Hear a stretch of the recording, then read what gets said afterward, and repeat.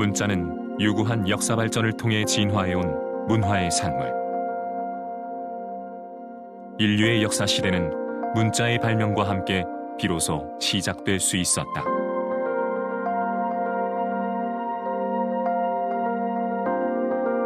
우리에게도 한글이 있다.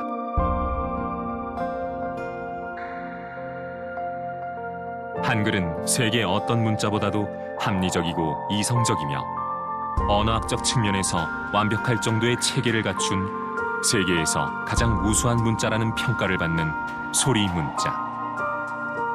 게다가 한글의 창제 과정은 어떤 영화보다도 드라마틱하고 흥미롭다. 한글 창제 과정을 의미 있게 다룬 영화 나란말싸미가 오는 24일 국내 개봉을 앞두고 언론 시사회를 열었습니다. 2019년 여름 영화 나란말싸미가 개봉됐을 때 세종대왕이 훈민정음을 만들려고 했던 8년간의 이야기를 담은 영화는 당연히 온 나라의 뜨거운 관심을 받았다. 평단의 평가도 나쁘지 않았다.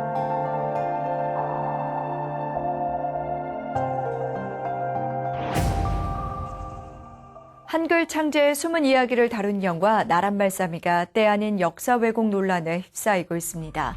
개봉 며칠이 지나지 않아 영화 나란말싸미는 비판의 도마 위에 올랐다. 역사를 왜곡하는 영화라는 것이었다. 영명하신 세종대왕이 홀로 훈민정음을 창제한 건 역사적 사실인데 신미라는 낯선 이름의 승려가 한글 창제의 주역인 듯 왜곡한 불교를 위한 영화라는 이유였다. 영화 나란말싸미에서 과연 무엇이 역사서에 기록된 사실이고 무엇이 역사적 상상력에 힘입은 이야기일까? BTN 불교 TV 제575돌 한글날 특집 프로그램 도큐멘터리 한글 나란말싸미 역사 왜곡인가에서 그 진실을 밝힌다.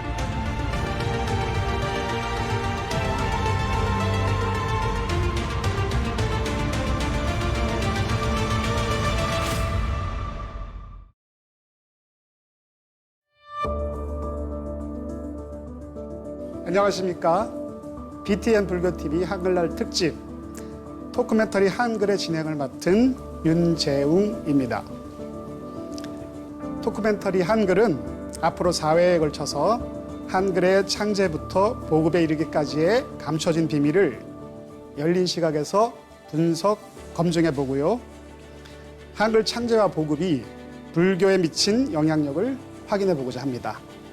이 일을 하기 전에 지금 저희가 촬영을 하고 있는 이곳이 진관사 한문화체험관 동그라미라고 하는 그런 곳이라고 합니다. 진관사는 이 프로그램하고 특별하게 인연이 좀 있는 것 같아요. 진관사가 창립된 지가, 창건된 지가 아마 천년이 좀 지났죠. 아마도 초조대장경을 간행한 1011년에 고려 현종 임금께서 여기에 이제 이 진관사 창립에 도움을 좀 주셨다고 그렇게 하고 초조대장경과 진관사가 나이가 같다 이렇게 좀 보시면 될 것 같아서 굉장히 유서 깊은 사찰인 것 같습니다. 그리고 세종대왕께서 한글을 창제하실 때 공을 많이 세우신 집현전 학사들이 세종대왕의 명령으로 여기 진관사에 와서 책을 읽으셨습니다. 그러니까 사가독서의 그런 구체적인 장소인 거죠. 그리고 또 이제 사육신의 어떤 난을 당해서 그 집현전 학사들 중에 일부분들이 많이 돌아가셨죠. 그래서 이 진관사에서 위패를 모시고 있는 곳이고 또한 진관사가 살아계신 분들에게는 평화와 행복, 돌아가신 분들에게는 극락왕생, 그리고 나라 전체로서는 국태의 민안을 기원하는 그런 수륙제를 전통적으로 해오는 그런 유서 깊은 사찰이라고 합니다. 이런 사찰에서 저희 토크멘터리 한글 이 프로그램을 녹화하게 된 것을 굉장히 뜻깊게 생각하고 좋은 자리를 이렇게 빌려주신 진관사 측에 감사의 말씀을 드리겠습니다. 감사합니다. 우선 오늘 나와주신 출연자 여러분들을 좀 간단하게 소개하겠습니다. 불교학, 철학, 미술사, 교육학, 고대사에 이르기까지 6개 정도의 박사학위를 가지고 계신 학생이십니다. 중앙성가대학교 불교학부 교수 자연 스님 나오셨습니다. 예, 안녕하세요. 간단하게 자기 소개 좀 해주시죠. 예, 저 같은 경우는 2016년에 교육원하고 조계종 교육원하고 그 한국불교학회가 같이 사실 한글 세미나를 한번 했었습니다. 그때 제가 그걸 기획을 하고 전체를 이렇게 짰었던 그런 인연들이 있어서 물론 뭐 저도 발표를 했었고요. 그리고 나란말싸미 영화가 개봉됐을 때 저는 사실 그 북유럽에 있었는데 그걸 이제 인터넷으로 찾아보고 이거 굉장히 심각하다 싶어서 거기서 제가 글을 썼습니다. 그래서 이번에 참석하게 돼서 그 뒤에 이야기라든지 이런 것들을 같이 하게 돼서 굉장히 반갑게 생각합니다. 예. 네, 반갑습니다. 평생 한글의 어문 구조와 창제 원리 등을 연구해 오신 분입니다. 세계 언어학계가 인정하고 경의를 표하는 언어학자 정광 교수님께서 함께 자리해 주셨습니다. 교수님 감사합니다. 저는 평생 국어학을 공부했습니다. 어떤 데에서는 언어학자라도 소개가 돼 있는데 사실은 우리말, 우리 글을 연구하는 것이 제 학문의 주제였습니다. 오늘 제가 드리는 말씀은 전부 여러분들이 상식에 반하거나 어긋나거나 또는 이상한 말씀을 드릴지도 모릅니다. 사회께서 원래 멘트에 있기를 여러분이 듣기 거북한 얘기가 나와도 좀 감안하시라고 그런 말씀을 하실 줄 알았는데 안 하시네요. 제가 바로 그런 생각을 가지고 있습니다. 그래서 이런 말씀을 드리는 겁니다. 여러분 감사합니다. 네, 한국 최고의 대장경 연구가이십니다. 불전 전문가 오윤희 선생님 소개합니다. 예, 오윤입니다. 이런 뜻깊은 자리가 있다 그래서 와서 너무 진짜 영광이고 선생님들 뵙게 돼서 반갑습니다. 예, 다음에 모실 분은 수필가이자 충북 음성고등학교 교장 선생님이십니다. 2019년 영화 나란말싸미를 보시고 의문이 막 폭발을 해가지고 훈민정음 연구에 몰두해 계신다고 합니다. 최시선 선생님 자리 함께 해주셨습니다. 감사합니다. 예, 안녕하세요. 사실 저는 고등학교 교장으로 있고요. 작년에 이런 책을 내가지고 아마 주목을 받은 것 같습니다. 이따 또 자세히 말씀을 드리겠지만 훈민정음 비밀 코드와 신비대사라는 책인데요. 여기서 훈민정음 비밀 코드 15가지를 이제 제시를 했고 현재 저는 문인협회 활동을 하면서 글쓰기를 하고 있습니다. 그래서 아마 더 훈민정음에 대해서 관심을 갖게 된 것 같습니다. 네, 반갑습니다. 네, 감사합니다.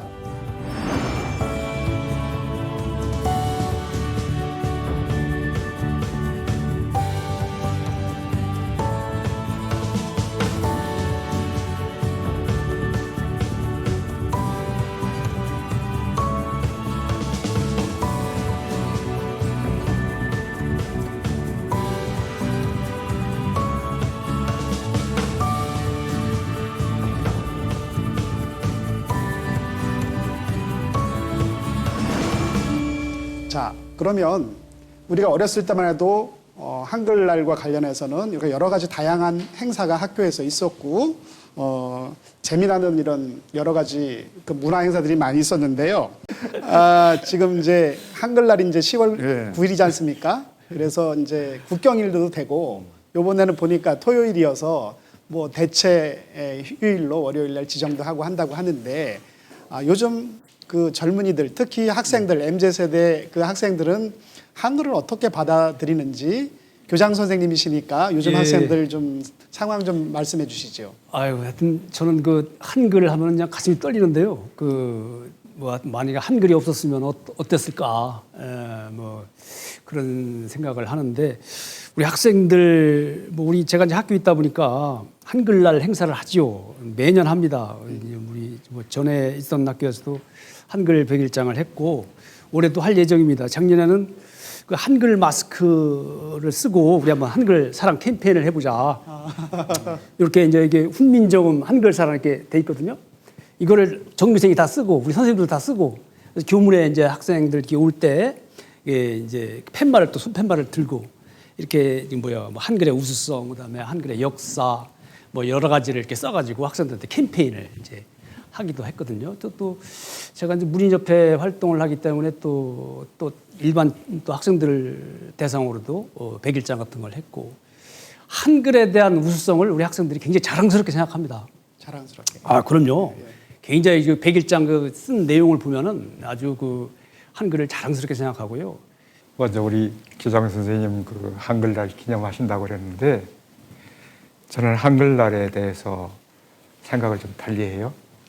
왜냐하면 그 세종실록에 보면은 그 세종 28년 9월에 10월 훈민정음 성 이달에 훈민정음이 이루어졌다. 주시경 선생님과 그때 그분들은 그게 문자가 그때 이루어졌다 그렇게 생각을 했어요. 그래서 9월이니까 양력 10월로 옮겨서 말일날로 10월 30일을 각양날이라고 해서 기념을 했습니다. 그게 한글날의 이제 그 전초죠.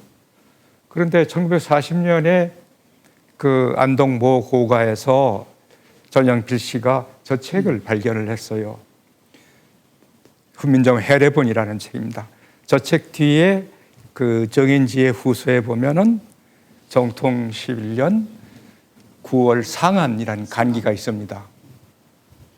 그러니까 그 실록에 써 있는 10월 훈민정음 성의 훈민정음은 글자 이름이 아니고 책 이름이었던 거예요. 서명도 훈민정음이니까. 그래서 이제 이분들이 이거는 안 되겠다. 그래서 이제 생각해 놓은 게 다 주시경 문화들이니까 어떻게 할 수 없으니까 저 책의 간행을 반포로 보자. 그래서 9월 상한을 양력으로 환산해서 10월 9일로 상한은 끝날이니까 1월부터 9일까지 1일부터 9일까지니까 10월 9일을 한글날로 정하고 훈민정음 반포로 해서 한 겁니다. 한국 고유의 문자 한글을 기념하는 날을 제정하려는 노력은 일제강점기 때 시작됐다. 1926년 11월 4일 조선어 연구회가 주축이 되어 매년 음력 9월 29일을 각야날로 정하여 선포하고 기념잔치를 했다. 그리고 12월 7일 만해 한용우는 각야날이라는 시를 동아일보에 발표했다.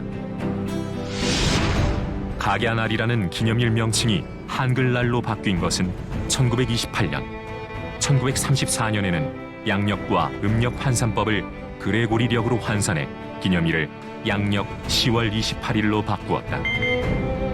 그런데 1940년 경북 안동에서 훈민정음 해례본이 발견됐고 이 책의 말문에 적힌 정통 11년 9월 상한에 근거해서 한글날의 날짜는 다시 바뀌어 10월 9일로 정해졌다.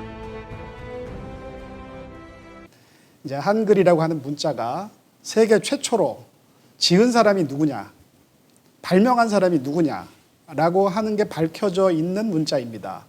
그렇기 때문에 실제로 세종대왕이 직접 만들었는지, 아니면 학자들이 만들었는지, 아니면 뭐 주변에 도와줬던 스님들이 굉장히 중요한 주체가 됐는지, 이런 그 창제의 주체를 밝히는 일은 굉장히 중요한 일이고요.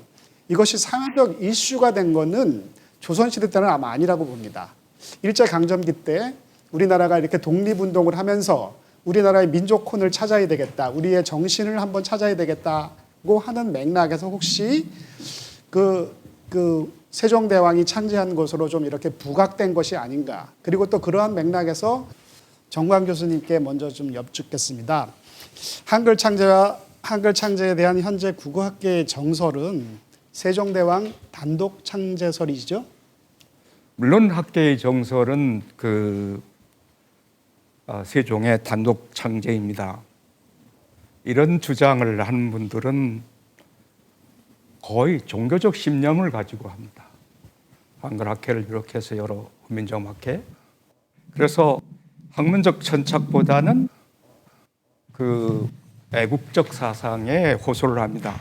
근데 제가 이런 말씀을 하나 드리겠습니다. 제가 프라하에서 국제학술대회를 열었는데 그때 우리 한국의 유명한 국어학자가 와서 발표를 했습니다.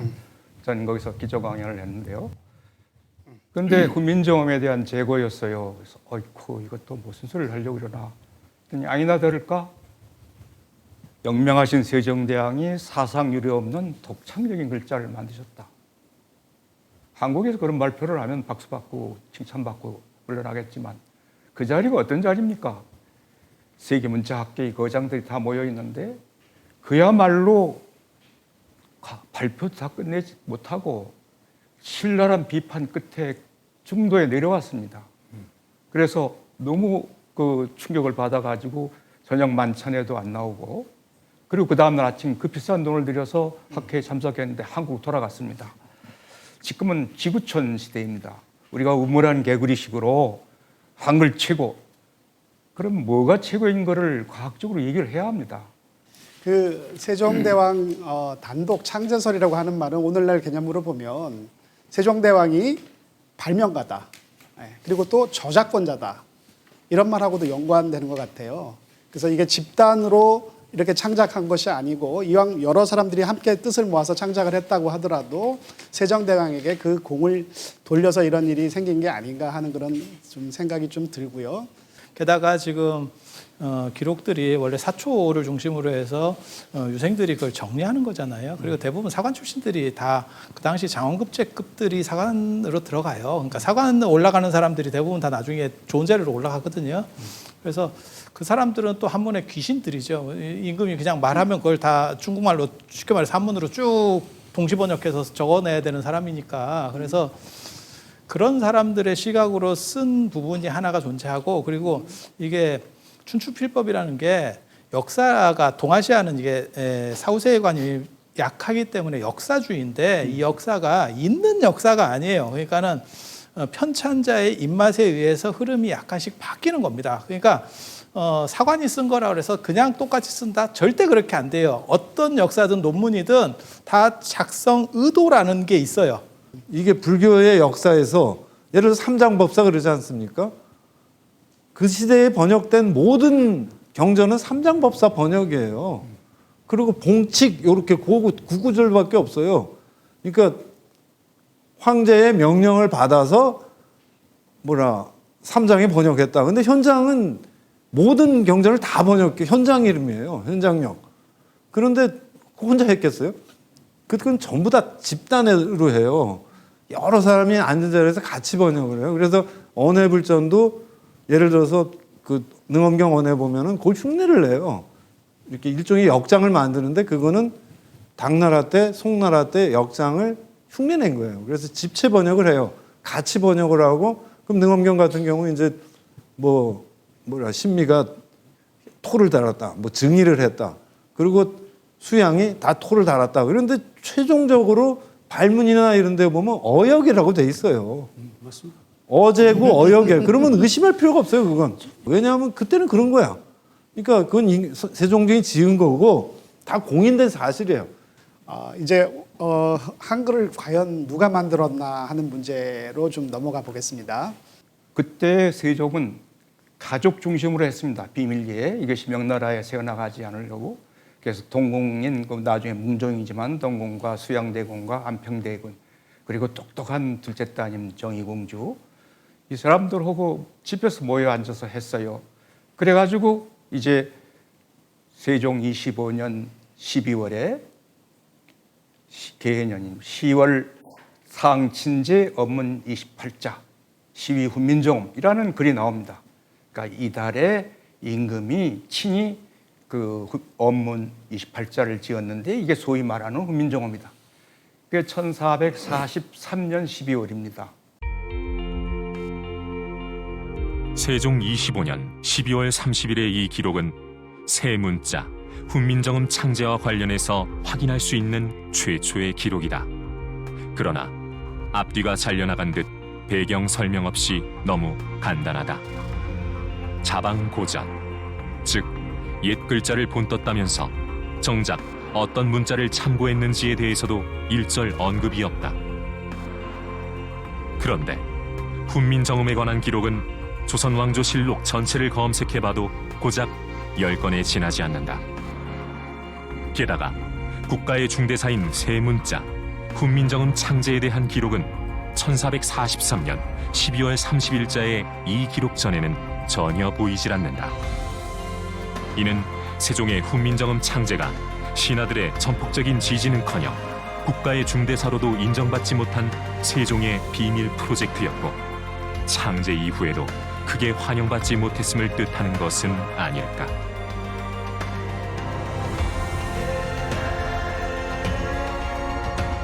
하지만 훈민정음 창제를 알리고 1개월 후 세종은 집현전 학자들에게 운회의 번역을 명한다. 훈민정음의 사용을 알리는 신호탄이었다.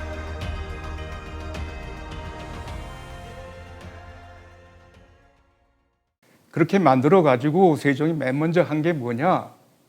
운해라는 책을 번역하게 합니다. 역운해를 합니다. 2달 후에 그 공고하신 다음에 그 운해라는 것은 파스파 문자를 만들어서 몽고울약이라는 운서를 만든 다음에 운해라는 책으로 북경 발음으로 바꿉니다. 그래가지고 몽고 자원을 만드는데 그거를 번역하는 거니까 언해가 아니고 번역이니까 발음을 적는 겁니다. 그래서 그 몽고 자원에 파스파 문자로 적힌 거를 한글로 대응시키면 1대1로 대응시키면 바로 되니까 그걸 하도록 합니다. 이걸 보고 그 나흘 뒤에 최만리가 반대 상선을 올립니다. 여태까지 비밀 이해하다가 이걸 갑자기 내놓고 이걸로 운해를 번역하라 하니까 그래서 최만리의 반대 상소문은 명나라가 어떻게 생각하겠습니다. 그게 많이 그 부분이 그렇게 들어 있습니다. 그래서 그 세종이 최만리를 불러다가 야단을 칩니다. 최만리가 당대 최고의 학자였습니다. 근데 그를 불러서 네가 사성 치름 아느냐? 자마가 몇 개인 줄 아느냐? 이렇게 야단을 칠 정도로 세종의 그 성운학적 지식은 월등하고 뛰어났습니다. 나중에 그 신미대사 얘기할 때 더 하겠지만 그런 세종한테 집현학자들은 그저 황찬해가 물어봐서 한자음 적어오고 나중에 동종원 만들고 그러는 일을 하는 정도였습니다. 뭐 또 어떤 유림께서 저를 또 뭐 폄하한다고 얘기할지 모르지만 사실을 얘기합니다. 다만 신미대사는 나중에 참가를 했어요. 그 세종대왕이 이제 운해를 번역하라고 시키니까 최만리가 반대를 하는데 최만리 반대 상담에 이런 얘기가 나옵니다. 그거 뭐 중요한 겁니까? 신기 일회 아닙니까? 신기한 한 제주가 아닙니까? 그까지가 뭡니까? 세종이 거기서 쇼크를 먹었어요. 야, 이거 이대로는 안 되겠다. 그래서 이제 효령대군의 추천을 받아서 신미대사를 복천암에서 불러 올려가지고 얘기를 나눴습니다. 신미대사는 그 당시에 무엇을 가지고 있었냐 하면 고대 인도의 비가라론이라고 하는 중요한 아주 천담적인 문법서를 가지고 있었는데 거기에 성명기록이라는 그 음성학이 있습니다. 그거 지식을 가지고 세종한테 얘기하니까 세종이 그야말로 최만리를 호통지던 그 세종이 감동했다. 그게 뭐 김수원의 시구집에 나오는 거죠. 그래서 물론 처음에는 세종이 가족들을 데리고 뭐 혼자 했을지 모르겠지만 점점 이런 그 여러 그 유신들과 스승들의 도움으로 완벽한 글자로 간 겁니다. 이렇게 보는 것이 전 옳다고 생각합니다. 네, 이 그 한글 창제는 훈민정음 창제는 세종대왕과 집현전 학사들이 아니라 숨어 있는 조력자가 있다. 근데 그 조력자가 신미대사라고 하는 스님과 그 이제 그 밑에 제자들이 있다라고 하는 얘기고 신미대사의 일가의 이제 이제 형제가 되는 김수원이라고 하는 학자도 여기 참여를 해서 적극적으로 공로를 세웠다라고 하는 그런 설들이 있어요. 그래서 거기에 대해서 스님 입장에서 어떤 생각을 가지고 계신지. 언어를 만든다는 게 우리 선생님 말씀하신 것도 마찬가지지만 한 사람이 아무리 천재라도 한 사람이 할 수 있는 일은 아니에요. 그리고 조선 임금을 너무 임금의 일을 쉽게 보는 거예요. 한국사 조금만 아시면 조선 임금님이 그렇게 한가하지 않습니다. 이거 무슨 취미생활 하듯이 이렇게 작곡가가 노래를 뭐 이렇게 뭐 밥 먹다가 이렇게 사삭해서 필 받아서 안 그러면 뭐 이태백이 시 쓰고 이렇게 한잔하고 그건 가능해요. 근데 언어는 그런 게 아닙니다. 그리고 만약에 그런 식으로 언어를 만들었으면 이렇게 대단한 문자가 나오지 않아요. 그러니까 여러 가지들을 다 검토해서 적용해 보고 가는 거기 때문에 그래서 우리가 지금 이런 논의를 하는 거고, 그러한 단초는 그 시대적인 배경과 그 다음에 불교라는 특수성 속에 존재하고 있었다. 이렇게 말씀드릴 수 있겠습니다. 네. 그리고 저는 그 부분이 왕권의 강화라고 하는 부분에서 이해를 하고 있기 때문에, 그러니까 뭐 백성을 위해서 저는 그렇게는 생각 안 합니다. 그거는 그냥 표면적으로 내세우는 거고, 최양대군이라든지 뭐 안평대군이라든지 뭐 효령대군이라든지 이런 분들하고 얘기를 했겠죠. 그렇게 해서 왕실 중심의 프로젝트니까 이거는. 그렇게 해서 그렇게 하나 가고 있었고, 저는 신미 스님도 직접 모든 거를 당신이 만드셨다고 생각 안 해요. 그 정도 위치에 있는 분 바쁩니다. 저도 이렇게 보면 본사 주지 스님만 돼도 굉장히 바쁩니다. 그런데 그 당시 신미 스님 위치면 진짜 불교계를 대표하는 분이에요. 그래서 그분 밑에 또 다른 실무자들이 있었을 거라고 생각해요. 그러니까 이게 집단지성으로 해서 많은 사람들이 있었고, 그건 진짜 연구자들인 거죠. 그러니까 그 사람들은 아예 이름 대상도 안 될 거라고 생각해요. 그리고 그것들을 종합해서 만든 게 항렬학조 스님하고 신미 스님인 거고, 그리고 그러한 부분들이 이제 위로 올라가서 지금 결국 훈민정음의 토대가 만들어졌다, 이렇게 생각을 하는 겁니다. 집단 지성에 그래도 힘이 있었다 이런 말씀이시고, 최시선 선생님. 그 전까지는 저도 그렇게 배웠지만 우리 정광 교수님도 어떻게 보면 책임이 좀 있습니다. 그때 집현전 학사들하고 같이 만들었다고 저는 배웠거든요. 그때 그런 줄 알았어요. 그런데 1999년도로 제가 기억이 되는데 KBS 역사 스페셜을 본 적이 있어요. 그때 집현전 학사들은 관여를 안 했다는 겁니다. 그래서 저도 그때 한번 잠깐 찾아본 적이 있어요. 그래서 이제 안 했고, 그래서 제가 좀 공부해 보니까 사실 맞고, 그래서 그 다음부터는 이제 세종대왕 혼자 만들었다. 그래서 제가 뭐 코로나 전에는 교장들을 만나면은 물어보는 게 이 질문이었어요. 교장 선생님 어떻게 생각하느냐? 세종대왕 혼자 만들어졌다고 생각하느냐? 말도 안 된다는 거예요. 참, 그래서 나만 그렇게 생각하는 건 아니구나. 그래서 이제 이 공부를 하게 된 건데, 하여튼 저도 우리 자연 스님 말씀대로 그 세종대왕은 이 총감독자가 아니었겠는가? 총감독. 그리고 그 실무 이제 TF팀이 있었는데 그 TF팀의 팀장이 우리 신미대사가 아니었겠는가?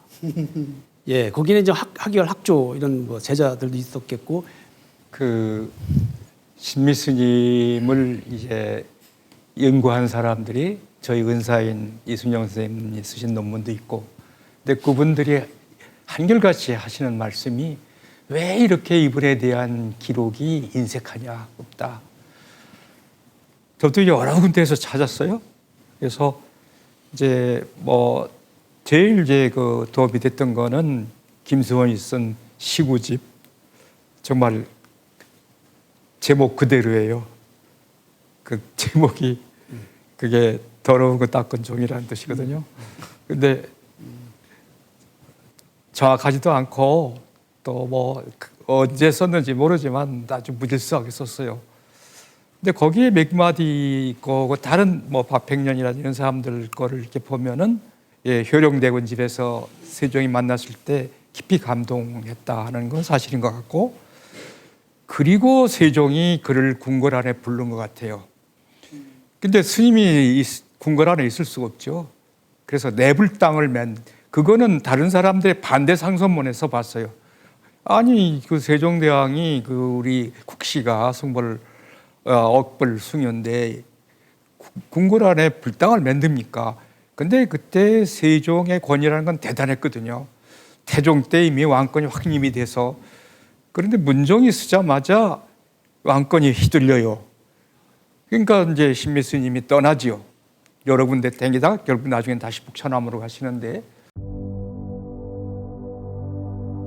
속리산에 위치한 유서 깊은 사찰 북천암. 구한 말에는 금강산 마하연, 지리산 칠불암과 더불어 호서 제1선원으로 명성이 높았던 곳이다.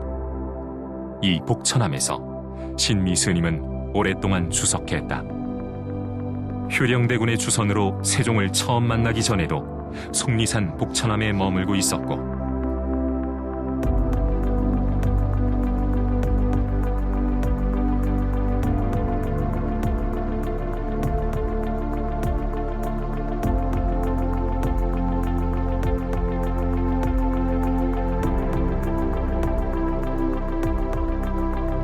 병이 깊어진 세종이 마지막 회향을 예상하면서 침전으로 신미 스님을 불렀을 때도 스님은 복천암에 머물고 있었다. 신미 스님의 속명은 김수성. 13살에 성균관에 입학해 소과를 준비하던 양반가의 장남이 15살에 갑자기 출가한 배경에는 아버지가 있었다. 아버지 김훈은 일찍이 문과에 급제해 관직에 나아간 후 태종 2년에는 원자를 교육하는 좌우 동시학이 되었고 태종 16년에는 옥구진 병마사를 지냈으나 죽을 고비를 맞는다. 비범한 재능을 가졌지만 아버지 김훈의 죄로 관직에 오를 자격을 박탈당한 채 죄인의 아들로 살아가야 할 김수성의 앞날을 외할아버지 이행은 크게 걱정했다. 고민 끝에 이행은 손주 김수성을 양주 회암사에서 주석하고 있던 함허당에게 보냈다. 함허당 역시 성균관에서 수학하던 중 출가한 학승이었다. 함허당이 김수성에게 내린 법명은 신미였다. 함허당을 따라 속리산 법주사로 거처를 옮긴 신미 스님은 글자는 도를 나타내는 그릇이며 사람을 인도하는 법이라는 함허당의 정법을 잇기 위해 정진했다. 그리고 그곳에서 신미 스님은 평생 도반인 수미 스님을 만나 함께 대장경을 읽고 비니를 배우며 절차 탁마 3장을 익혔다.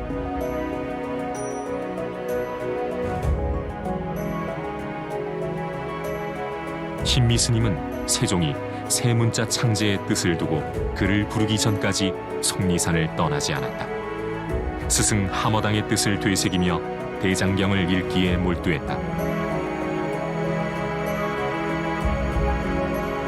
그러던 중 효령대군의 추천으로 세문자 창조의 골물에 있던 세종을 만나면서 훈민정음의 보완, 보급과 전파를 도왔다.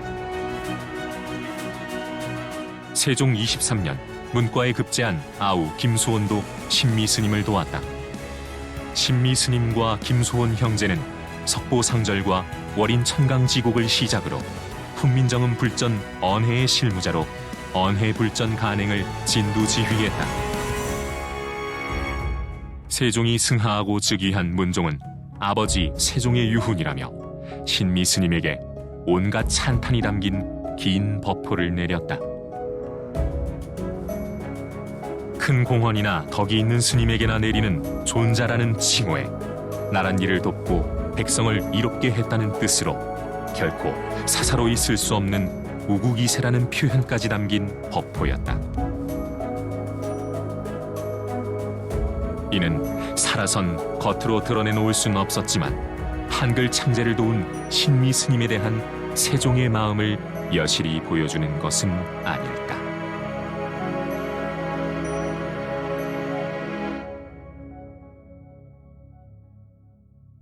그 정광 교수님께서는 한글 창제 과정에 신미 스님께서 결정적으로 기여한 공로가 한 2가지 정도 있다, 이런 입장을 가지고 계시지요?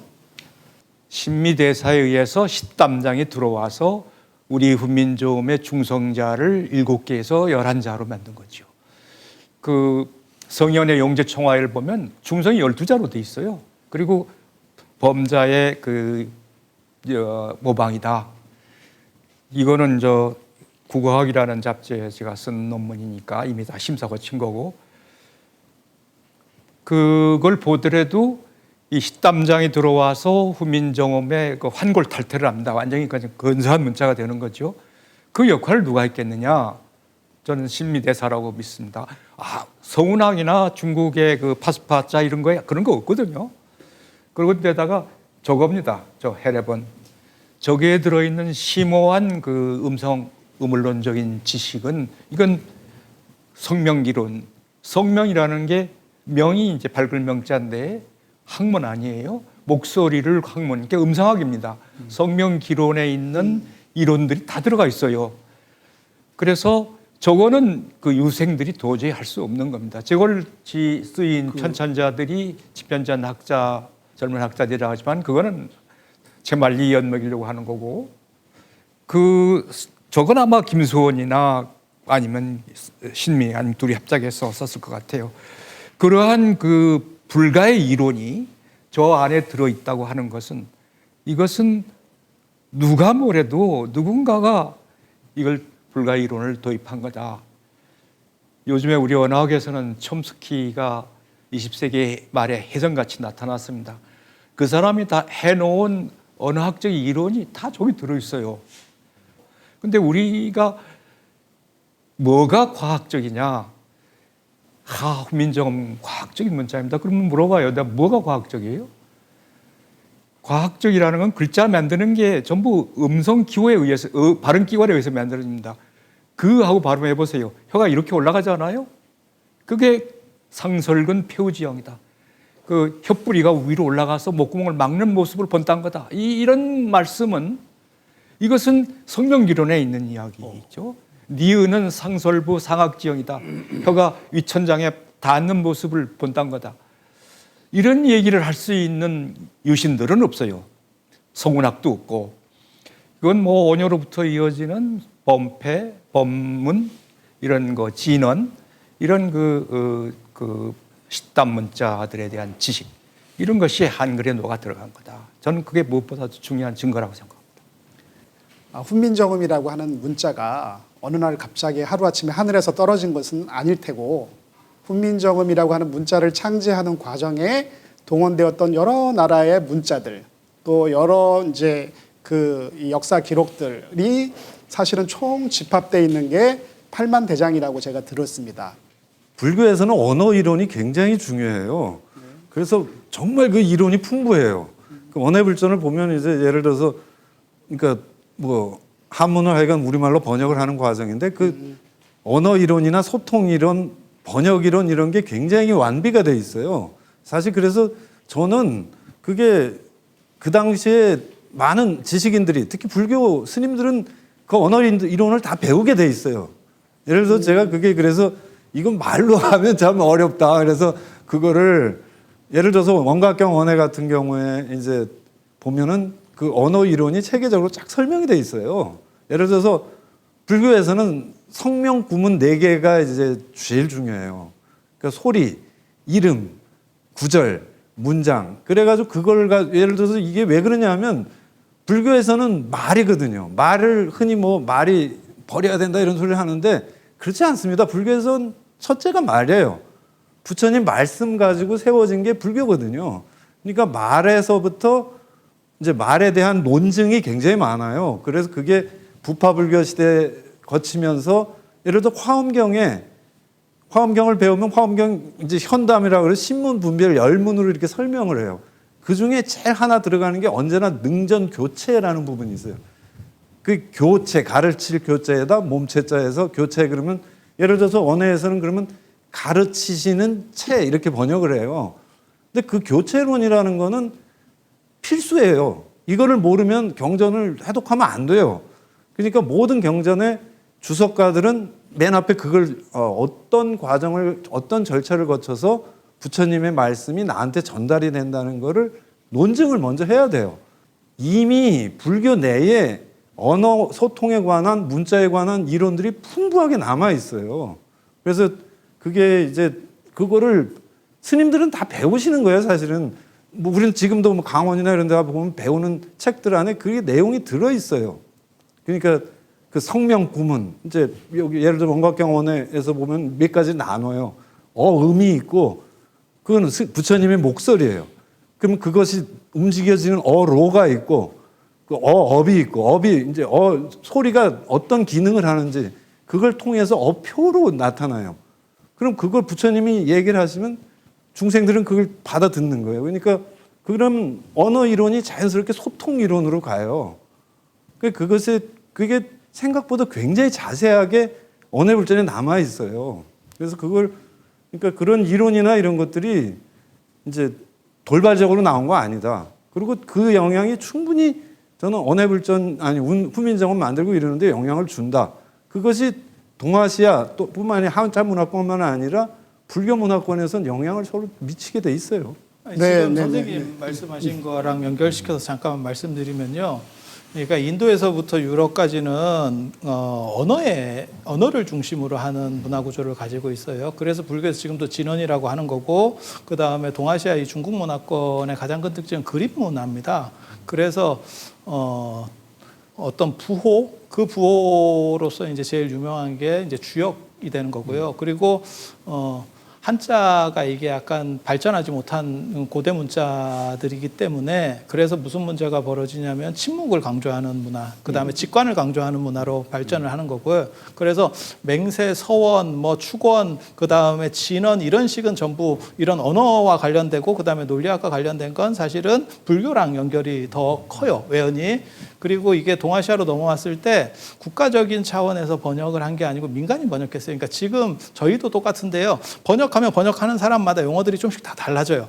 그걸 이제 위진남북조 시대 때 후진이 이제 구마라집을 중심으로 해서 국가 역장을 만들고, 그 다음에 당나라 때는 이제 현장이 중심이 돼서 역장을 만드는데, 그때 이제 문자들을 통일해야 되죠. 번역 어들을 다 통일해야 되고, 그게 지금 일체 경음이나 뭐 번번무라든지 그 다음에 번역명이라든지 이런 식으로다가 지금 남아 있는 것들이니까, 어떤 기준으로 해서 어떻게 번역한다.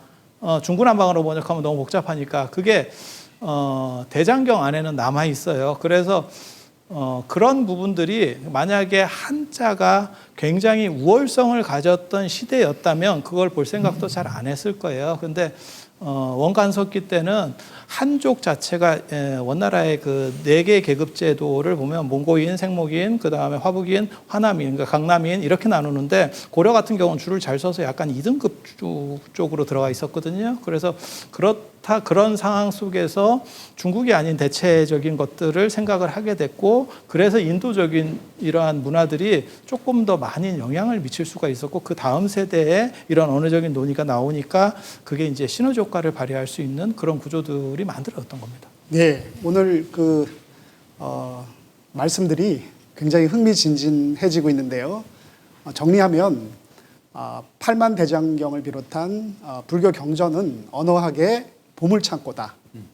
그리고 한글은 그 보물창고에서 중요한 것들만 골라서 아주 구슬이 서말이라도 깨어야 보배인 것처럼 아주 중요한 창작 원리를 거기서 잘 뽑아가지고 이 우주의 이 원리에 맞게끔 구성한 문자다라고 하는 생각을 하게 되는 것 같아요. 이거는 물론 뭐 즉흥적으로 이제 떠오른 생각입니다만, 어쨌든 불교 경전이 단순히 부처님의 말씀을 전하는 데 그치는 것이 아니고, 역대 여러 나라들의 여러 문자들의 어떤 그 결정체가 그 안에 들어있다는 것.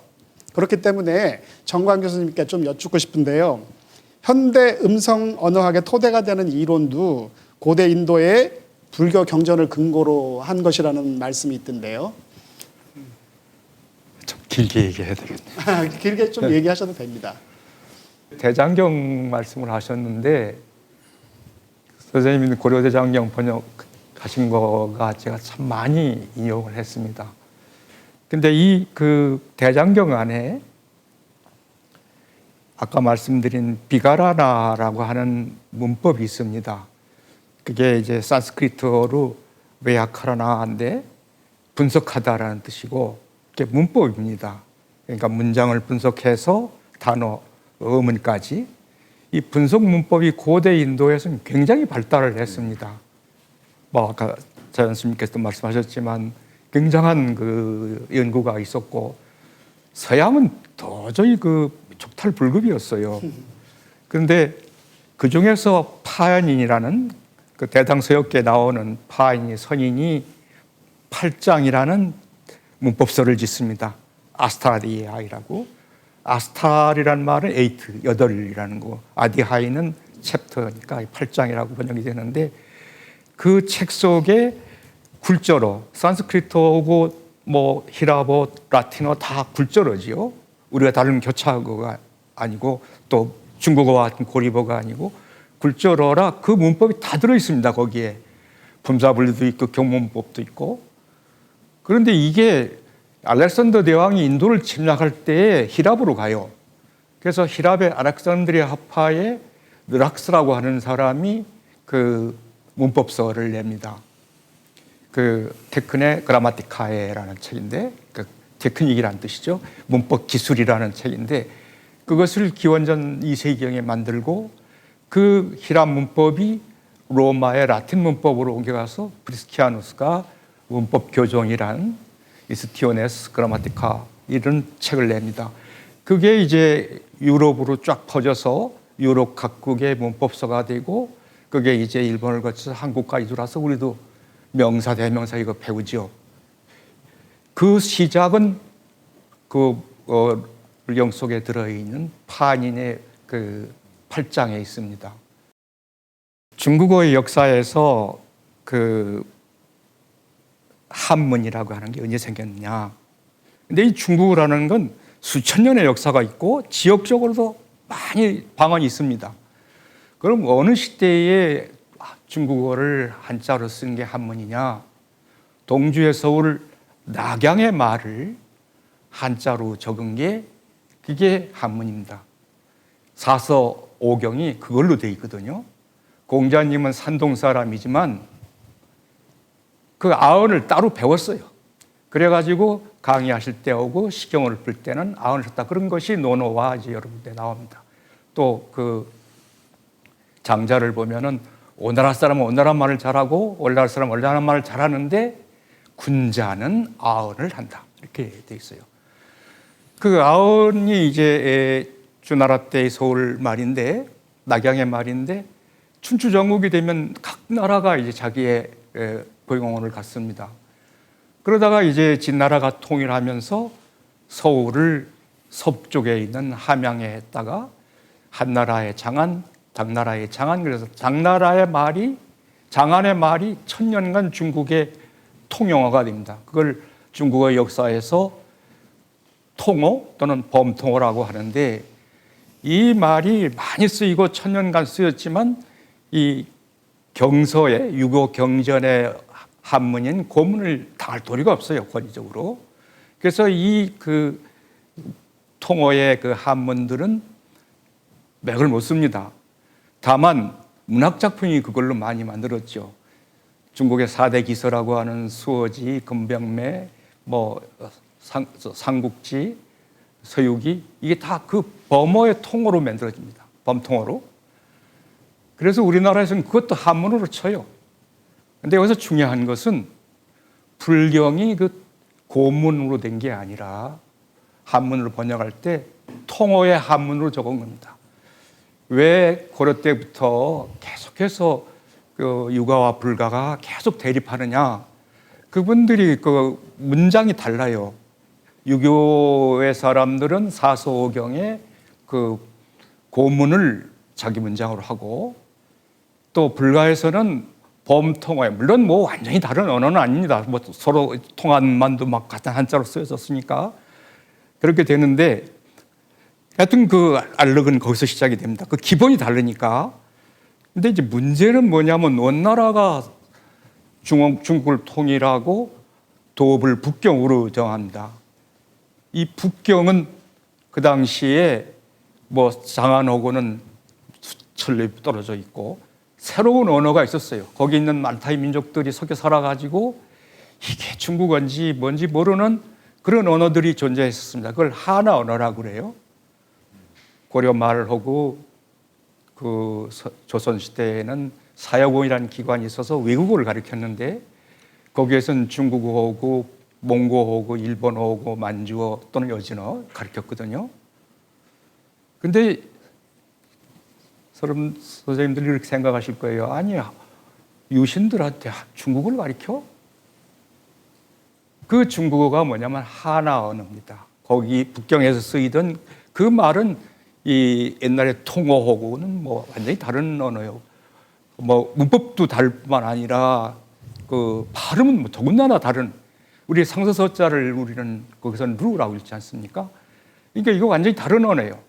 국민정음 서문에 나오는 국지어음이 이호중국은 바로 그 얘기입니다. 나라의 말이 말소리가 한자음이 중국과 달라서 그게 서로 같은 한자인데 통하지 않는다. 이런 얘기거든요. 이 하나 언어 때문에 이제 세종이 그 우리 한자음을 고쳐야 되겠다. 그런 생각을 한 겁니다. 그래서 동국정원을 지으시면서 이것을 백성들에게 가르쳐야 할 한자음이다. 그래서 이름을 훈민정음이라고 한 겁니다. 훈민정음 학회도 있고 훈민정음을 한글로 생각하는 사람들은 제 얘기를 들으면 기가 막히죠. 그럴 때마다 나는 그래요. 그 마지막이 훈민정자나 훈민정문이 아니라 음이다. 소리 음자다. 그래서 저 책을 보면 제가 좀 흥분합니다. 네네. 뭐 오랜 시간 동안 말씀해 주셨는데요. 결국은 훈민정음이라고 하는 아주 그 위대한 발명품이 결국은 고려대장경, 즉 불경 속에 있는 여러 가지 다양한 문자들과 언어학적 지식과 체계와 이런 것들로부터 도움을 받았다라고 하는 말씀들로 이렇게 지금 모이는 것 같고요. 훈민정음 창제 당시 혹은 그 이전에 아시아 전역에 걸쳐서 민족의 흥망성쇠와 관련돼서 언어 역시 이렇게 흥망성쇠를 겪어왔다는 말씀인 것 같습니다. 자연 스님께서는 혹시 그 훈민정음 창제 이전에 우리나라 문자 생활에 관해서 좀 말씀을 좀 해주시면 좋겠습니다. 그 늘상 나오는 게 뭐 가람토 문자, 그 다음에 무슨 뭐 이두, 뭐 향언, 뭐 이렇게 나오는데 그게 농담 삼아는 그렇게 얘기하는데 이두를 만든 게 설총이고 설총을 만든 게 원효지가 그것도 불교에서 만들었다 이런 얘기를 하기는 하는데 네, 맞습니다. 네, 맞습니다. 아니 맞기는 맞는데 그래서 그런 정도가 되는 거고 그 다음에 재밌는 거는 고려 중기까지만 해도 그러니까는 몽고 때 전까지만 하더라도 향언을 많이 썼던 것 같아요. 그리고 그거를 이제 한자로 바꾸는 몽고 때 전란이 일어나고 전란이 한번 크게 일어나면 이제 문화적인 거나 이런 판 자체가 바뀌는 변화가 일어나거든요. 임진왜란 끝나고 나서도 우리가 온돌 문화가 정착된 게 임진왜란 끝나고고 그 다음에 사찰로 보면 대웅전이 중심 메인이 되는 것도 다 임진왜란 끝나고 이게 재편되는 과정에서 나오는 거거든요. 근데 몽고가 어느 정도 정리되고 나고 그 다음에 그것이 한참 힘을 떨치고 있을 때 한자화라고 하는 것이 있었던 것 같아요. 그러니까 단군을 통해서 뭔가를 우리를 결집시키려고 하는 외세로부터 이렇게 좀 구분되는 우리라고 하는 거를 만들려고 했었던 것 같고 그게 이승용하고 그 다음에 삼국유사에 나오는 단군신하고 그 다음에 한자를 만들어서 몽고랑 변별시키려고 하는 그런 부분들이 있었던 것 같아요. 그게 이제 삼국유사 같은 경우가 사실 향언을 이제 한자로 바꾸는 그런 쪽 노력들이 1차적으로 존재했었던 것 같고 그러니까 그 얘기는 바꿔 말하면 그때까지만 해도 향언을 훨씬 더 많이 쓰고 있었고 그런데 그것의 실체를 뭐 정확하게 알 수 있느냐라고 하는 거는 개인적으로는 잘 모르겠습니다. 향언은 향찰이라고도 불리던 차자 표기법으로 시가의 일종인 향가를 표기하는 데 많이 사용됐다. 향언 표기의 대표적인 예는 삼국유사 무왕조에 실린 서동이요. 우리말의 문법 요소뿐 아니라 어휘까지도 한자를 빌려 그대로 표현한다. 따라서 서동요의 문장에서 모두 우리말의 조사나 어미를 나타낸 것이다. 문장 첫머리 천화공주 주운에서는 두 번의 주가 나오는데 첫 번째 주는 한자의 음을 빌려 천화공주라는 고유명사를 표기한 것이고 두 번째 주는 한자의 뜻을 빌려 님을 적은 것이다. 임신서기석은 신라의 충성을 맹세하는 두 사람의 다짐이 새겨져 있는 비석으로 이두 표기의 초기 형태를 확인할 수 있는 보물이다. 이두는 한자의 음과 뜻을 이용하여 우리말의 어순대로 문장을 표기하는 차자 표기법으로 한글이 창제되고 난 이후에도 19세기까지 계속 사용됐다. 구결은 한문을 읽을 때 구절 사이사이에 조사나 어미를 표기하여 문장의 의미 및 문맥을 밝혀주는 차자 표기법이다.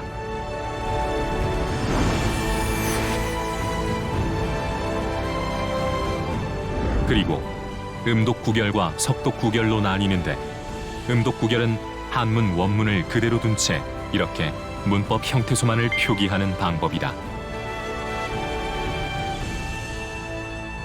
불경의 하나인 구역인왕경은 석독구결을 사용한 대표적인 자료다. 석독구결은 한자의 뜻에 맞춰 우리말로 풀어 읽는데 표기에 사용한 한자 획의 일부를 생략하거나 변형한다.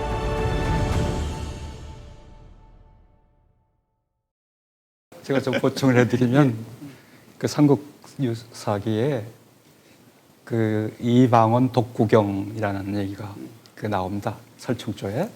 그러니까 그 말은 방언이라는 건 신라 말이죠. 신라 말로 구경을 읽었다. 그걸 우리는 여태까지 몰랐어요, 뭔지. 근데 구역인왕경이 발견이 됐는데 한 30년 전인가요? 거기에 구결을 오른쪽 왼쪽으로 이렇게 달았습니다. 그 구두점도 있고. 그걸 읽어보니까 완전히 풀어 읽는 거예요. 그러니까 우리는 옛날 한문에다가 토를 달아 읽은 것이 전부인 줄 알았는데 일본은 안 그렇습니다. 일본은 완전히 다 풀어 읽죠. 이미 설총은 아마 뭐 이 원효도 그렇겠죠. 그렇게 불경을 전부 신라말을 읽었던 거죠. 그러다가 이제 고려 때 들어와서 한자가 지금 자연 스님 말씀하신 대로 고려와 차별을 두기 위해서 한자를 승상하기 시작하니까 이제 그 한문식으로 읽기를 시작을 한 거죠. 그게 언해불전에 들어있는 걸 보면 예를 들어서 연기라는 말이 있지 않습니까? 연기의 연자를 언해불전에는 대부분 붓다라고 번역을 해요. 붓터 동사로 번역을 해요. 그래서 연기를 어디에서 그렇게 이제 붓다, 연은 붓다고 기는 일어나다요. 그래서 붙어 일다 이렇게 번역을 해요. 그러면 이거는 우리가 아는 한문투가 아니에요. 이게 오히려 범어에 가까워요. 이 말투 자체가 그런 사례가 굉장히 많아요. 흔한 말로 한문에는 이 능동, 수동, 피동이 없어요. 예를 들어 능전, 소전 언어 이론에서 제일 많이 나오는 말이 능소예요. 그러면 능과 소는 그 언어의 한문에서나 쓰는 말이에요. 그러면 이제 전이 말씀 원자에 온전할 전자 쓰면 이르다라고 번역해요. 말을 하는 거예요. 그럼 능전은 말을 하는 주체예요. 그러면 그 번역할 때 이르시는 이렇게 번역을 해요. 그럼 그게 소전이 있어요. 그러면 능전은 소리고 소리의 뜻을 담는 거예요. 그 소리는 능전이고 뜻은 소전이라고 그래요. 그럼 소전은 번역을 뭐라고 그러냐면 니라시논 이렇게 번역해요. 선생님이 아실 거예요. 그러니까 이거는 저는 국어학자가 아니기 때문에 엄청 헷갈렸어요. 지공 스님 인도 사람이잖아요. 하머 신미 다 그 집안 사람이에요. 지공 나옹 무학 사람. 그 사람들이 지공 나옹 그러면 하머 신미가 아니 우리 요즘 영어 잘 못해도 한두 마디는 알지 않습니까? 저는 범어 한두 마디 다 했다고 저는 그렇게 믿어요. 그러니까 그렇게 중국이 송나라가 먼 나라가 아니었고 송나라 때 굉장히 많은 분량의 경전이 번역이 돼요. 개봉해서. 그게 이제 북송 신역경이라고 그래가지고 고려대장경의 상당 부분이 북송 신역경이에요. 그러면 그 사람들이 여기서 사신도 많이 가요. 스님들은 송나라 굉장히 자주 가요. 놀러도 가고 친구들도 많고. 그 사람들이 범어를 몰랐을 리가 없어요. 그러니까 구태여 배우지는 못하더라도 한두 마디씩은 하시는 거예요. 그럼 그거를 그 차이를 한국의 지식인들이 몰랐을 리가 없어요. 그거는 지금처럼 생각하면 안 돼요. 언어가 땅이 아무리 넓다 하더라도 그거 영어 우리 뭐 미국 안 가봐도 영어 한두 마디 다 하지 않습니까? 근데 불경을 번역하는 데 있어서 영향을 줘요. 그 스님들께서 역대 훌륭하신 스님들은 언어학의 대가이셔야 되겠네요, 보니까. 지금부터는 그 한글의 명칭에 관한 얘기로 좀 말머리를 좀 돌려보겠습니다. 태초에는 이게 훈민정음이라고 하는 처음에는 훈민정음이라고 하는 명칭으로 불려졌죠. 그러다가 지금은 이제 한글로 정착이 됐습니다. 우선 당대 기록부터 좀 한번 확인해 볼게요. 최시선 선생님께 네. 좀 여쭙겠습니다. 네. 이 훈민정음에서 한글로 이렇게 명칭이 쭉 변해가는 과정에 실록을 통해서 이걸 다 확인하셨다고 하시던데요. 그 기록이 어떻게 나오는지 좀 이렇게 설명이 가능하신지 좀 말씀해 주시면 고맙겠습니다. 실록에는 훈민정음 기사가 10건이 나오고요. 근데 신미대사 기록은 69건이 정확하게 나오거든요. 신미대사 이름으로는 139번이 이제 제목과 내용에 이제 등장을 하고 그러는데요. 저는 그래서 그 왕주실록을 제가 이제 다 여기 책에다 실었는데, 해설까지 제가 실었는데, 저는 훈민정음이라는 말이 많이 나올 줄 알았어요. 예, 많이 나올 줄 알았는데 딱 10번밖에 안 나오는 거예요. 나머지는 다 언문입니다. 언문. 예, 언문이라는 말이 아까 교수님도 잠깐 뭐 말씀하신 것 같은데 그게 뭐 좀 차별하기 위한 이제 말도 있고 또 많은 사람들은 좀 낮추어 부르는 말 이렇게 많이 좀 알고 있죠. 우리 학생들도 그렇게 알고 있는 것 같아요. 근데 이제 그게 서로 이제 주고받는 일상적인 말, 이 언자가 말씀 언자가 아닙니다. 예, 그게 상말 또는 속담 이런 뜻이에요. 그래서 늘 주고받는 말 이런 뜻이에요. 이게 언문이라는 게 늘 주고받는 말. 그래서 이 실록상에 보면은 거의 다 언문으로 이렇게 나와 있습니다. 언문은 한문에 대해서 그 계명해서 부른 겁니다. 우리가 마치 당약에 대해서 향약이라고 하고 당문에 대해서 향찰이라고 하는 것처럼 우리를 낮추어서 얘기하는 게 아니라 겸양해서 하는 거죠. 어떻게 해서 그 훈민정음이라는 말이 아까 참 저한테 고무적인 말씀을 했는데 실로 10번밖에 안 나왔느냐. 그건 어디까지나 한자음을 교정해서 백성들에게 가르쳐야 하는 동국정원을 쓰는 글자예요. 그러니까 그 동국정원이 이제 파괴가 되고 그 연산군 이후에는 동국정원이 한자음 안 쓰니까 훈민정음이라는 말을 쓸 이유가 없죠. 예? 그땐 당연히 언문입니다. 우리말 표기에 썼으니까. 물론 정음이란 말은 나중까지 나와요. 이 정음은 뭐냐 하면 중국의 표준 발음입니다. 그 뭘 하려고 우리가 한자의 중국 표준 발음을 배우느냐? 여기서 그걸 배워가지고 명나라에 가서 과거 시험을 보는 사람들이 있습니다. 그렇기 때문에 그 국가에서 정한 그 중국의 제국에서 정한 표준음은 아주 중요해요. 중국에서는 아까 동북아 여러 민족들은 나라를 세우면 문자를 만들었다고 그랬는데 중국인들은 어떻게 하냐면은 나라를 세우면은 발음을 정해요. 그래서 그걸 운서라고 해서 칙천 운서, 황제의 명으로 운서를 정합니다. 저는 그걸 왜 이렇게 매 왕조마다 이걸 만드는지를 몰랐어요. 그런데 그것이 바로 과거 시험과 연결이 됩니다. 그 운에 맞추어서 시부를 지어야 합격을 하니까. 그러면 그 제국의 그 표준음은 자기 음으로 하는 거예요. 자기 주변, 자기 그 고향에. 그렇게 되면 자기 식구들이 그 들어와서 그 가거급제를 해가지고 그 통치 계급에 물갈이를 합니다. 이런 뿌리 깊은 중국의 전통이 있어요. 한자를 명나라 사람들이 읽는 이 소리값과 조선 사람들이 읽는 소리값이 같지가 않을 테지요. 그 이제 조선식으로 소위 말해서 조선 사람들이 읽는 식으로 읽으려면 뭐 변음 토착이라든가 이런 어떤 굉장히 언어학적으로 어려운 그런 과정을 겪어야 된다고 하는데 이런 문제는 어떻게 해결했을지 좀 궁금합니다. 네, 또 어려운 질문을 하셨어요. 예, 변음 토착이란 말이 그 죽산안시 대동보에 나와요. 거기 정의공주사에. 근데 아주 저희 스승인 여러 선생님들이 그게 무슨 말인지 몰랐다고요. 근데 그건 이두예요. 이 토는 결국 그때는 한글이 없었으니까 한자로도 할 수밖에. 근데 한자에 그 석독하는 색임으로 읽는 거하고 음독하는 글자하고 두 개를 같이 써서 붙어요. 왜냐하면 옛날에는 이제 설총이 만들었다고 하지만 향찰이 있어가지고 우리말을 한자로 적을 때 첫 글자는 색임으로 뜻으로 읽고 다음 글자는 발음으로 읽고 그걸 역상 불역하 앞에 말은 번역해 읽고 다음 말은 번역하지 않는 역상 불역하라고 하는데 그런 방법으로 했어요. 그래서 그 전통이 남아가지고 이 구결에도 맨 처음에 오는 거는 뜻으로 쓰고 다음에 오는 것은 발음으로 쓰고 그래서 하고를 쓸 때 하위자의 위와 애꼬자의 고를 씁니다. 이러면 앞에 거는 하로 읽고 뒤에 거는 고를 읽어야 되죠. 이라를 시라라고 쓰고 이시자 써서 그래서 시는 이로 읽고 라는 발음으로 읽고 이런 역상 불역하의 방법으로 이제 쭉 썼어요.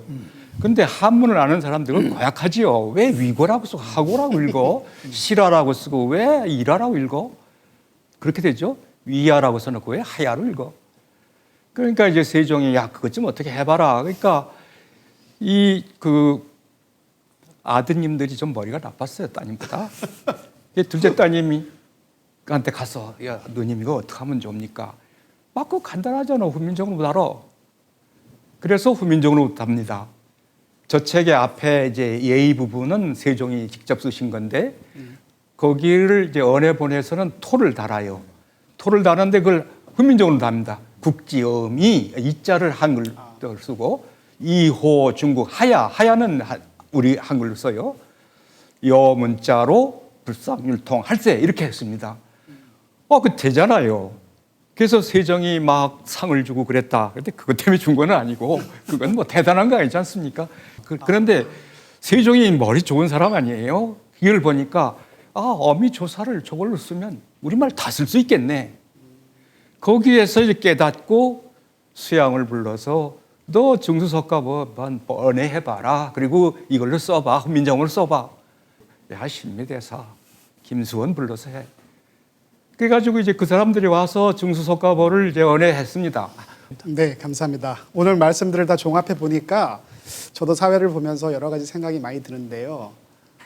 세계에서 가장 우수하다고 평가받고 있는 문자인 한글 창제와 관련해서 불경이 엄청나게 많은 한글 창제에 영향을 미쳤다는 거고 그 불경이 실려 있는 8만 대장경이 단순한 불교 경전들을 모아놓은 게 아니고 여러 나라, 여러 민족의 이렇게 언어 현상, 문화 현상 이런들을 결집해 놓은 것이기 때문에 그 고려의 고려대장경, 즉 8만 대장경이 아마도 우리 민족의 문화의 꽃을 넘어서 인류 문화의 꽃으로 평가받아야 되는 게 아닌가 하는 그런 생각을 해보고요.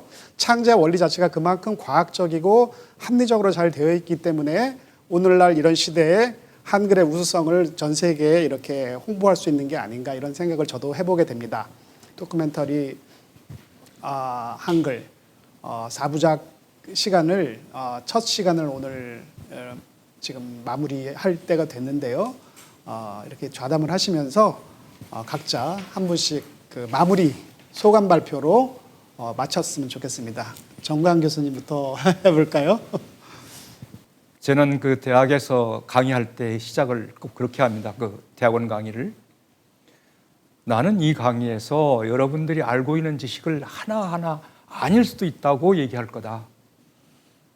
그래가지고 나중에 강의가 끝날 때쯤 여러분, 에이, 세상에 믿을 거 하나도 없네. 내가 공부해야지. 그렇게 되면은 내 강의는 성공한 거다. 제가 제기하는 많은 한글 발명에 관한 많은 이야기들은 그런 목적입니다. 이렇게 해서 한글을 정말로 그 누가 만들었고 어떻게 만들었고 무슨 이론이 들어갔고 어떻게 보급됐고 이런 이야기들이 제대로 공부되기를 바람하지 않습니다. BTN에서 방영되는 이 프로그램도 제가 그런 한글 연구의 기폭제가 되기를 바랍니다. 감사합니다. 최시선 교장 선생님께서도 마무리 말씀 해주시죠. 저는 사실 아까도 말씀드렸지만 전문가도 아닌데 이게 나와서 이런 좀 정말 하고 싶은 말을 책으로도 말을 것도 이렇게 BTN이라는 불교 텔레비전 자주 보지만 이 방송에서 이렇게 제 생각을 말씀드릴 수 있다는 것이 너무나 고맙고요. 정말 신미대사는 제가 이렇게 오랜 동안 공부한 건 아니지만 10년 정도 이렇게 관심 갖고 이제 공부를 했는데 걸출한 인물이면 틀림없습니다. 정말 걸출한 인물입니다. 근데 그럼에도 불구하고 역사에 숨겨져서 이게 조망되지 않은 그런 아쉬움이 있습니다. 저는 그래 어려서부터 제가 훈민정음은 글자가 아니다. 이건 문화다.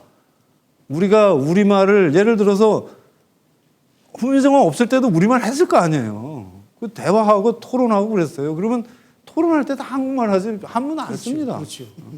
그게 훈민정음으로 나온 거고 원해불자로 나온 거예요. 그러니까 이거는 저는 그래요. 이게 정말로 이제는 제가 이 프로젝트에 굉장히 감사하는 게 이제야말로 이거는 뭐라 그냥 인문학, 언어학, 문화 이걸로 봐야 돼요. 글자로 보지 말고 도대체 왜 이걸 만들었고 그거에서 결과물들이 지금 우리 생활에 어떤 영향을 줄까? 저는 언해불전의 번역어를 보면 정말 아름다운 우리말이 많아요. 많아요. 진짜 그러니까 많습니다. 이게 우리의 언어 문화를 굉장히 하여간 바꿀 수 있어요. 지금도. 감사합니다. 자연 스님 마지막으로 정리 말씀 부탁드립니다. 한글의 위대성이라고 하는 거를 그냥 한마디로 얘기를 하면 문맹률이 지금 우리나라 같이 낮아진 게 한글의 우수성이라고 얘기할 수 있습니다. 뭐 다른 거 다 필요 없습니다. 그게 뭐 과학적이나 뭐 다 필요 없고 이거는 기본적인 우수성이 담보되지 않으면 그런 자유로운 변화들이 일어날 수가 없어요. 그러니까 한글이 우수하다라고 하는 것은 뭐 더 이상 얘기할 필요가 없는 거고 그리고 끝으로 말씀드리면 리더는 판단자지 실행자가 아니에요. 그러니까 대통령이 앞으로 우리가 뭐를 해야겠습니까? 라고 손정희 마이크로소프트 소프트뱅크 그분한테 물어봤을 때 AI를 해라. 그러면 판단을 AI로 하면 되는 거지. 대통령이 그 프로그램을 짜고 있는 사람은 아니에요. 그래서 지속적으로 그것이 옳다라고 생각하고 그것을 이루어낼 수 있는 사람, 그게 세종이었고 그 밑에는 실무자들이 있고 그 실무자들 중에서 가장 유력한 그 다음에 앞뒤를 검토해 봤을 때 이 사람 외에는 딱히 없겠다라고 하는 게 시입니다. 이렇게 저는 말씀드리고 싶습니다. 네, 감사합니다. BTN 불교TV에서 한글날 특집으로 보내드리는 4부작 토크멘터리 한글, 이거를 함께 하시면 그 해답을 찾으실 수 있을 겁니다. 지금까지 시청해 주신 여러분 감사드립니다. 고맙습니다. 모두 수고하셨습니다. 고생하셨습니다. 선생님한테 말 들으니까 궁금한 게 많이 풀려요.